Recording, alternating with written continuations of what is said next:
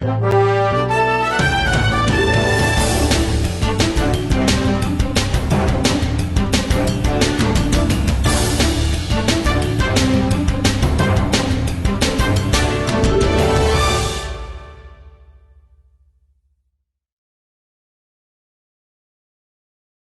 दोस्तों, स्वागत है आपका। दोस्तों, इस समय धरती पर जितने भी देश मौजूद हैं और उन देशों के पास जितने भी प्रकार की मिसाइलें मौजूद हैं, उन सभी मिसाइलों में हाइपरसोनिक मिसाइल टॉप पर आती हैं।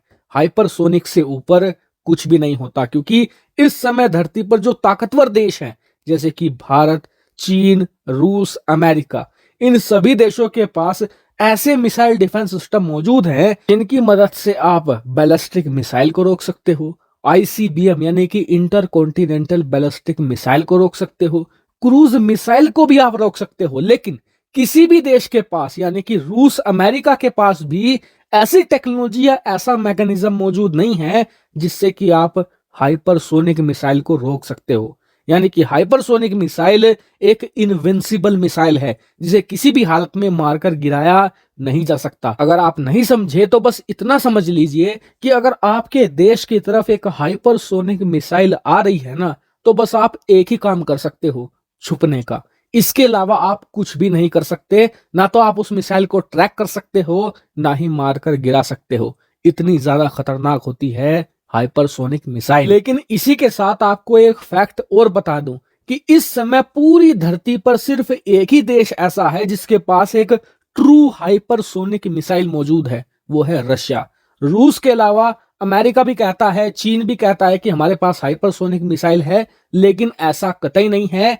किसी और देश के पास रूस के अलावा हाइपरसोनिक मिसाइल या उसकी टेक्नोलॉजी मौजूद ही नहीं है। और अब हम सभी भारतीयों के लिए सबसे बड़ी खुशखबरी यह है कि रूस भारत को अपनी हाइपरसोनिक मिसाइल की टेक्नोलॉजी देने को लेकर कंसिडर कर रहा है। दरअसल पूरी खबर कुछ ऐसे निकलकर सामने आई है कि भारत चाहता है कि रूस उसे अपनी एक हाइपरसोनिक मिसाइल की टेक्नोलॉजी ट्रांसफर करे। और ये कौन सी हाइपरसोनिक मिसाइल है? दरअसल रूस के पास एक नहीं, दो नहीं, तीन तीन प्रकार की हाइपरसोनिक मिसाइल है।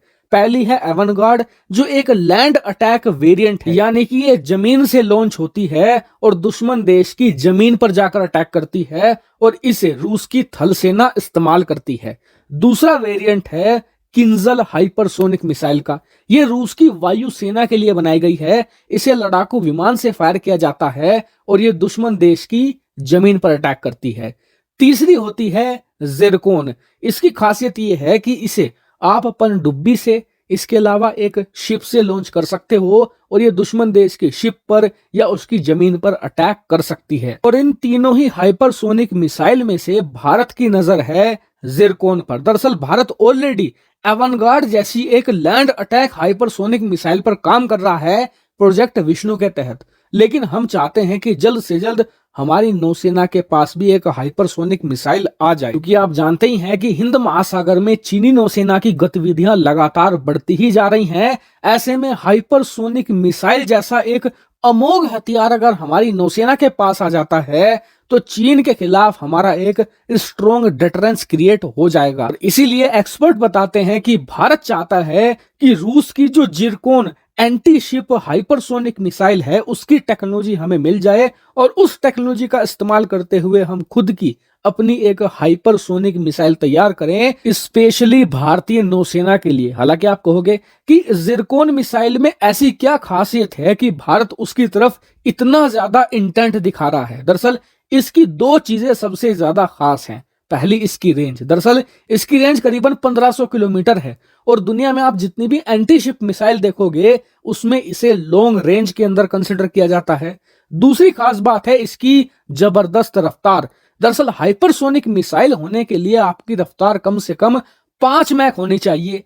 इस मिसाइल की डबल है, ऑलमोस्ट 10 मैक की रफ्तार से उड़ती है, यानी कि जो साउंड की स्पीड होती है उससे ऑलमोस्ट 9 से लेकर 10 गुना ज्यादा। आप खुद सोचिए कि मैं आपके साथ बातचीत कर रहा हूं, मेरी आवाज कितनी तेजी से आप तक पहुंच रही है, आपके कानों तक पहुंच रही है, उससे भी 10 गुना ज्यादा। और मैं अगर आपको किलोमीटर पर आवर के हिसाब से बताऊं तो ऑलमोस्ट 11 से लेकर 12,000 किलोमीटर प्रति घंटे की रफ्तार से ये उड़ान भरती है। अगर आपको और छोटा बताऊं तो 3.1 किलोमीटर पर सेकंड की रफ्तार से। और देखिए, बात सिर्फ स्पीड की नहीं है, इस स्पीड को मेंटेन करते हुए ये ग्लाइड भी करती रहती है। यानी कि जो दुश्मन के रडार होते हैं, डिफेंस सिस्टम है, उन्हें बाईपास करते हुए, उनकी जो रेंज है उन्हें साइड लाइन करते हुए ये आगे बढ़ती है, जिससे कि दुनिया के बड़े से बड़े डिफेंस सिस्टम भी इसे नहीं पकड़ पाते। और अब आप जरा खुद सोच लीजिए कि अगर रूस इसकी टेक्नोलॉजी भारत को देने को तैयार हो जाता है